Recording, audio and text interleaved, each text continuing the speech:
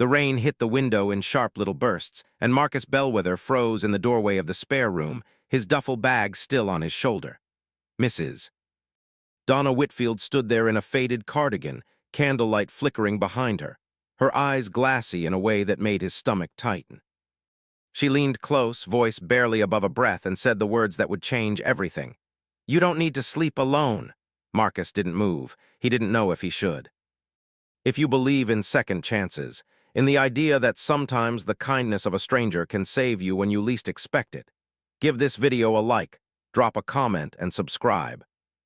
Because this story is about to take you somewhere you won't forget. 3 weeks earlier, Marcus had been sleeping in his car outside a Waffle House in Tulsa, Oklahoma, after his lease fell through and his roommate ghosted him with the last of their shared rent money. He was 26, a community college dropout working double shifts at a hardware store, and he had exactly $400 to his name.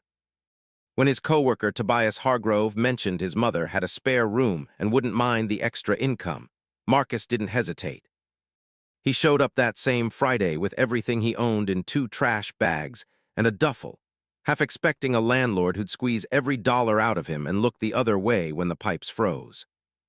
Instead, he met Donna Whitfield, 54 years old, soft-spoken, with the kind of tired eyes that had clearly seen more than one hard winter. She welcomed him in like he was someone she'd been expecting for a long time, not a stranger her son had mentioned in passing. The house smelled like cinnamon and old wood, and there were photographs everywhere, on the mantel, the hallway, even taped to the fridge. But Marcus noticed something odd almost immediately. In nearly every photo, there were 2 boys. Tobias, unmistakably, grinning with gapped teeth in one photo and a buzzcut in another. And beside him always, a second boy with the same eyes, the same laugh frozen mid-frame. Marcus asked Tobias about it once, casually, and Tobias's jaw had tightened in a way that told him not to ask twice. The first few nights were quiet. Marcus worked his shifts, came home, ate dinner that Donna insisted on making far more elaborate than necessary, and retreated to his room. She'd knock sometimes just to check if he needed anything, extra blankets, a fan, a phone charger, small gestures that felt less like landlord courtesy and more like something a mother does out of habit she couldn't switch off. He found himself looking forward to those knocks more than he wanted to admit. It was on the 9th night that things shifted. Marcus woke around 2 in the morning to the sound of someone moving through the hallway, slow and deliberate, like they were trying not to be heard and failing anyway. He lay still, heart thudding, listening to floorboards creak outside his door. When he finally opened it, Donna was standing there in the dark hallway, not startled, not apologetic, just standing, like she'd been waiting for him to wake up. Her eyes were rimmed red. She told him she was sorry, that she didn't mean to disturb him, and that sometimes the house got too quiet for her to bear. Marcus, still half asleep and unsure what else to say, asked if she was okay. She didn't answer right away. She just looked past him into the room like she was seeing something that wasn't there anymore. That was the night she first mentioned Caleb. Caleb, she explained, sitting now at the edge of the hallway like her legs had simply given out, was her younger son. Tobias's twin, though anyone who knew them would say they were nothing alike. Caleb louder, funnier, the one who filled silences before they had a chance to settle. He died 4 years ago in a car accident on Route 66, just 2 miles from this house, coming home from a shift at the same hardware store where Marcus now worked. Donna told him this in fragments, like she was testing how much the words would cost her each time she said them. Marcus sat down across from her in the hallway, not because he knew what to say, but because leaving felt cruel. Over the following weeks, the house began to reveal itself in pieces, the way old houses do when you live inside their walls long enough. Marcus learned that Caleb's room hadn't been touched since the funeral, not converted into storage, not repainted, just sealed, like a wound the family had agreed never to look at directly. He learned that Tobias had moved out not because he wanted independence, but because he couldn't sleep in a house where his mother left the porch light on every night, waiting for someone who was never coming back. He learned that Donna hadn't slept through a full night in years, that she wandered the halls in the dark not out of restlessness, but because lying still in her bed felt too much like giving up. Marcus started noticing things about himself, too. The way he avoided talking about his own mother, who had passed when he was 19, leaving him with an empty apartment and a grief he'd never properly let himself feel because there hadn't been anyone around to feel it with. He realized somewhere in those quiet weeks that he and Donna were circling the same wound from different angles. Him pretending his didn't exist, her unable to escape hers for even a single night.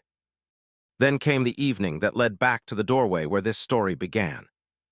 Marcus had come home late from a closing shift, soaked from the rain, to find Donna sitting at the kitchen table with an old photo album open in front of her, the page worn soft from handling. She looked up at him with an expression he hadn't seen before, not sadness exactly, but a kind of desperate, fragile hope. Like she was about to ask for something she wasn't sure she had the right to ask. She told him that tonight was Caleb's birthday, that every year on this date, the house felt less like a home and more like a museum of someone who used to laugh in these rooms. She told him she wasn't asking him to replace anyone, that she knew that wasn't fair to ask of a stranger she'd known less than a month. But she said the silence after dark had become unbearable in a way she didn't have words for, and that somehow, in the weeks he'd been living there, the house had started to feel warm again for the first time since the accident. That's when she walked him to the door of the spare room, the rain hammering against the windows, candlelight throwing long shadows down the hallway, and leaned in close enough that he could hear the tremor in her breath. "You don't need to sleep alone," she whispered, and Marcus realized with a lurch in his chest that she wasn't talking about herself at all. She was talking about him. She had noticed, somewhere along the way, the same hollow ache in him that he'd thought he'd hidden well enough, the late-night silences. The way he flinched slightly whenever someone mentioned mothers. The way he ate dinner too fast like he was used to eating alone and rushing through it before the loneliness caught up with him. She had seen a boy quietly grieving in the corner of her house and decided, in her own grief-stricken, generous way, that two people carrying the same kind of silence shouldn't have to carry it apart. She wasn't offering him a room that night. She was offering him a family. Marcus didn't sleep in Caleb's room. That boundary remained sacred, untouched, exactly as it should be. But that night, for the first time in years, he left his bedroom door open. And so did she, an unspoken agreement that if either of them woke in the dark consumed by the weight of what they'd lost, they wouldn't have to sit with it in total silence. Some nights he'd hear her in the kitchen at 3 a.m., and he'd go down and sit with her, not talking much, just present. Other nights, when his own grief crept up unexpectedly, she'd appear at his door with 2 cups of chamomile tea, never asking what was wrong, just staying until the worst of it passed. Tobias, when he found out, was hesitant at first, almost protective of his mother in a way that made Marcus respect him more. But over time, watching his mother laugh again at dinner, watching her finally clear out one small shelf in Caleb's room to make space for something new without erasing what had been there before, he came around. Slowly, the house stopped feeling like a museum and started feeling like what it once was, a home with people in it, imperfect and grieving and trying together. Marcus ended up staying in that house for nearly 2 years. Through job changes and small victories, and one particularly hard December when Donna's health scared all of them enough to remind everyone how fragile this fragile, beautiful arrangement really was. He never called her Mom out loud, not because he didn't feel it, but because some titles need to be earned in silence rather than spoken into existence.